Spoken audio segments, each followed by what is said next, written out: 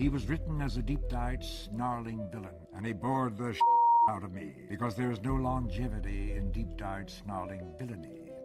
And already I started to plan what I was going to do about that. Irwin not only allowed me to do that, but one day said, "Do more." And I did. And the rest, as we say, is history. On October 23, 2025, June Lockhart, the last surviving adult star of Lost in Space, passed away at the age of 100. Before she left, she had said things in her final interviews that the network never wanted public. Today, we are going inside the Jupiter 2 and pulling out every secret buried for 60 years. These people carried stories their whole lives. And now, finally, every single one of them can be told. The final survivor's shocking revelation. There is something about outliving nearly everyone you work with that makes a person stop protecting a story. When the cameras are rolling for what might be the last time, you stop choosing your words carefully and you just tell the truth. That is exactly what happened in the final years of the Lost in Space cast. By 2025, only 3 members of the original Robinson family were still alive. Bill Mumy, who played the boy genius Will Robinson from age 10 to 14, turned 72. Angela Cartwright, his television sister Penny, turned 73. Marta Kristen, the eldest daughter Judy, reached 81. And before June Lockhart, the mother of the family, died peacefully in Santa Monica on October 23, 2025, she had already been speaking more freely than at any point in the previous 6 decades. In her final interviews, Lockhart described what it actually felt like to learn that Lost in Space had been cancelled. She did not receive a phone call. She did not sit with a producer who thanked her for 3 years of work. She read it in a small notice in the entertainment section of her morning newspaper. That was the entirety of the farewell CBS offered to the cast of one of the most watched science fiction shows in American television history. Lockhart was not the only one who carried that wound. Bill Mumy, who was 14 years old when the show ended, told interviewers decades later that he cried when his agent called him with the news. He described filming the last season with the complete belief that a 4th season was already arranged. Then the renewal list appeared and the Jupiter 2 was not on it. He went home and wept. A 14-year-old boy, ending a chapter that had consumed his entire childhood, learning it was over from someone who had to deliver the news over a telephone. What makes this even more striking is that by the time these final revelations came out, Mark Goddard, who had played the rugged pilot Don West, had already died of pulmonary fibrosis on October 10, 2023 at the age of 87. Jonathan Harris, the irreplaceable Dr. Smith, had passed away on November 3, 2002. Bob May, the man who climbed inside the robot suit every single day for 3 years, had died in January 2009. Dick Tufeld, who was the robot's voice, followed in January 2012. And yet the 3 Robinson children who remain are still finding each other. On March 17, 2026, Bill Mumy posted a photograph of himself standing with Angela Cartwright and Marta Kristen and captioned it, "Judy, Penny, and Will Robinson, spotted on Earth yesterday." 60 years after the show first aired, they are still showing up for one another. That single fact tells you something important about what this show really was, underneath the foam rubber aliens and the spray-painted props. But here is what nobody outside their circle knew for decades. The cast that survived stayed loyal to each other for 60 years. The man who was supposed to die early ended up controlling the entire show, and he did it so brilliantly that even the people he outmaneuvered eventually admitted it was a masterpiece. Jonathan Harris rewrote his own character and stole the series. Before Jonathan Harris was Dr. Smith, he was a pharmacist's son from a 6-story tenement building in the Bronx who had literally invented himself from scratch. His parents were Russian immigrants. His father worked in Manhattan's garment district. The boy who grew up speaking what he later described as thick Bronx street slang made a decision early in his life that he was going to become someone else entirely. He changed his surname from Cherasuchian to Harris at 17, against his father's furious objections. He changed his surname at 17, earned a pharmacy degree he never used, fabricated an acting resume, and talked his way into a career that would eventually include Broadway, The Twilight Zone, and roughly 125 stage productions. When Owen Allen offered him the role on Lost in Space, Harris looked at the character as written and immediately recognized a career trap. Smith was a cold-blooded spy who killed a guard in the pilot's opening minutes and reprogrammed the robot to kill the Robinson family in their sleep. He was designed to be despicable and eliminated within 5 episodes. Harris understood exactly what this meant. A role that ends in 5 episodes is not a career. It is an expensive dead end. So he started rewriting things. Quietly at first. He would arrive on set with entirely new pages of dialogue written overnight. He told the cast, "Let us go over the scene. I have changed all the dialogue." Bill Mummy, still a child at the time, watched this and later described it with genuine awe. Harris would rewrite scenes and then quietly engineer every beat of the action so that all roads led back to Smith. The cowardly eye rolls, the melodramatic wailing about his back, and most importantly the cascade of invented insults hurled at the robot, none of it appeared in any script. Harris sat up nights constructing phrases like bubble-headed booby, nickel-plated nincompoop, and bellicose bumpkin. He explained his reasoning with perfect logic. The robot was wise to Smith's schemes, and Smith had to attack it constantly to keep it from exposing him. Every insult was a survival tactic dressed as comedy. By the time Irwin Allen understood what had happened, 500 fan letters a month were pouring in for Dr. Smith. Allen had no realistic choice but to celebrate it. He later said openly, "Smith was not originally created as a comedy character, but Jonathan Harris dictated what we should do with the character." Harris negotiated a special guest star credit on every one of all 83 episodes, reportedly the first time that billing structure had appeared on American television. But Allen's public praise concealed a private discomfort, because the actor he had hired to be his leading hero was watching his entire role dissolve in front of him, and there was nothing either of them could do about it anymore. Guy Williams and the slow erasure of a man born to lead. Guy Williams came to Lost in Space as one of the most recognizable men on American television. 4 years as Zorro on Disney had made him a genuine star, and the show's merchandise had generated $11 million within months of its premiere. He was tall, fencing-trained since age 7, and genuinely excited about playing John Robinson, the brilliant mission commander who would lead his family through the universe. This was supposed to be his show. The transformation happened gradually enough to feel almost polite. In Season 1, Williams' screen time began shrinking as the Dr. Smith storylines expanded. By Season 2, it was a pattern. By Season 3, it was simply the reality of the production. Williams appeared on set, delivered a handful of lines, and stood in the background while Jonathan Harris and Bill Mummy and the robot carried the episode forward. Mark Goddard described the atmosphere directly. The show started going more toward the robot and Smith, and there were hard feelings from Guy especially.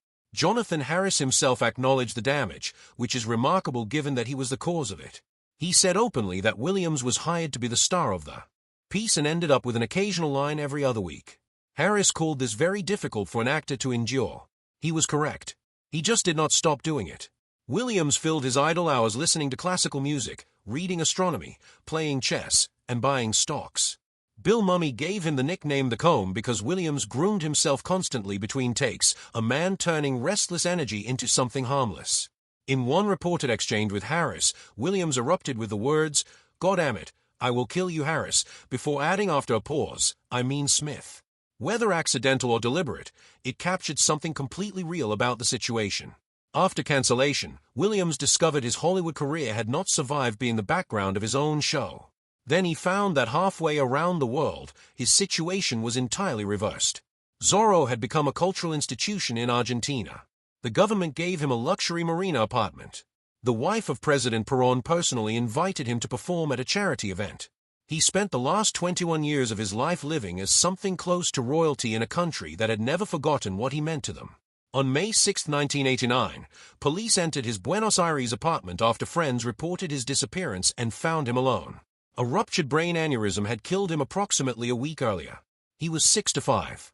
Nobody had known because he had been living alone and mobile phones did not yet exist. The man promised the lead of a television series had died undiscovered, a week before anyone found him, in a country that loved him more than his own industry ever had. Bill Mummy later said simply, when the show ended, he never saw Guy again. Not once. The leading man died alone on the other side of the world. Back on the studio lot where the show had been filmed, another cast member had spent 3 years enduring something far more physically dangerous, and the production company had decided it was not a problem worth solving. Bob May, the robot suit, and 3 years of invisible suffering. Every child who watched Lost in Space in the 1960s loved the robot. It waved its accordion arms, barked warnings, and somehow managed to feel warm despite being made entirely of metal and rubber. For 3 years the person physically inside that machine was suffering in ways the production company had quietly decided were not anyone else's concern. Bob May walked into the Lost in Space audition by accident while applying for a different job at 20th Century Fox. Irwin Allen's team sent him to try on the robot suit. The audition was brutally simple: if you fit, you are hired. When May climbed out of the suit after his first session inside, he was cut and bleeding from the metal edges. He took the job anyway. The suit weighed approximately 200 pounds. Under studio lights, the interior temperature became what May later described as his own jacuzzi and sauna combined. The costume was nearly airtight. On at least 2 confirmed occasions across the 3 seasons, May passed out inside it from lack of oxygen. His eyes rolled back and he went limp before crew members realized something was wrong. The production company's official response to these incidents was that there was no time to stop filming. May was a devoted smoker who puffed cigarettes inside the costume during breaks between takes. June Lockhart recalled seeing smoke drifting through the robot seams and finding it quietly amusing. The legend involves Irwin Allen arriving between scenes, spotting smoke rising from the apparently empty robot, and panicking that the suit was on fire. When he discovered it was May enjoying a cigarette, Allen reportedly decreed that whenever a script called for the robot to emit smoke, May should personally generate it.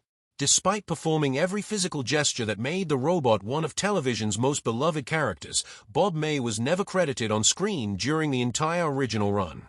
Not one episode in all 3 seasons carried his name. The practical consequence was lower pay and significantly reduced residuals. As Lost in Space grew into a global phenomenon generating licensing income across decades, May and his wife Judith were living in a mobile home park in the San Fernando Valley. In November 2008, the Saya fire destroyed their home. 2 months later, May died of congestive heart failure at 69. What defined his later years was not bitterness but extraordinary generosity. He became one of the most beloved figures on the science fiction convention circuit, staying at signing tables until every fan had their moment, no matter how long it took. He said once, "I will stay at any convention signing autographs until the last fan is finished or the cleaning crew forces me to leave." A man made invisible by the industry that profited from him chose to make sure that no fan ever felt invisible in front of him. The robot smiled for 60 years of reruns and never once showed what was happening inside. The show itself worked the same way. Before any of those cameras rolled, Irwin Allen had tried to make something completely different, and the network had buried it before it could breathe. The $600,000 pilot and the compromise that changed everything. Before there was a robot, before there was a Dr. Smith, before there was a single foam rubber alien or catchphrase about pain, there was a 60-minute film that Irwin Allen believed was the best work of his career. He was wrong about many things over the years, but on this point he was probably right. The original Lost in Space pilot, titled No Place to Hide, was filmed in late 1964 on a budget of approximately $600,000, which made it the most expensive television pilot ever produced at that time. The cinematographer had won 3 Academy Awards. The special effects supervisor was a future Oscar winner. The writer later contributed scripts to Star Trek. Allen financed it with backing from CBS, 20th Century Fox, Red Skelton, and Groucho Marx. The story was clean and entirely serious. A family called the Robinsons launched toward Alpha Centauri, were knocked off course by a meteor storm, and landed on an alien planet where they had to survive. Both Robinson parents held doctorates. The children were prodigies. There was no villain, no comedy, no robot, no internal conflict. It played like a genuine film. Will Robinson sat around a campfire and sang Greensleeves. It was a survival story about brilliant people facing a frightening situation with intelligence and cooperation. When Allen screened it for CBS executives, he expected professional silence. Instead, they laughed with delight and bought the series immediately. Then they handed him a list of demands. The pilot was too hardware-driven. They wanted a recurring antagonist who could generate weekly conflict without requiring new threats from scratch. Allen suggested Ming the Merciless. His story editor pushed for something closer to Long John Silver. They settled on Dr. Zachary Smith. CBS also required a robot. The ship was redesigned, and the original Sirius pilot was locked in a storage vault. Approximately 80% of that original footage was eventually cut up and inserted into the first 5 episodes of Season 1. Dr. Smith and the robot were conveniently written as having stayed behind at the ship in each of those episodes, explaining their absence from footage that predated their existence by almost a year. The show premiered on September 15, 1965. 2 important facts rarely mentioned. The Jupiter 2 interior set cost $350,000, making it the most expensive standing television set of its era, more costly than the entire Enterprise bridge on Star Trek. And the theme music was composed by a 24-year-old named Johnny Williams, who later became John Williams and wrote the scores for Star Wars, Jaws, and Indiana Jones. The Sirius vision was replaced with something the network could sell, and for 2 seasons it worked brilliantly. But ratings can hide the truth that only the people on set can see, and behind the cameras 2 of the most famous science fiction franchises in American history were conducting a war that neither side ever fully admitted to.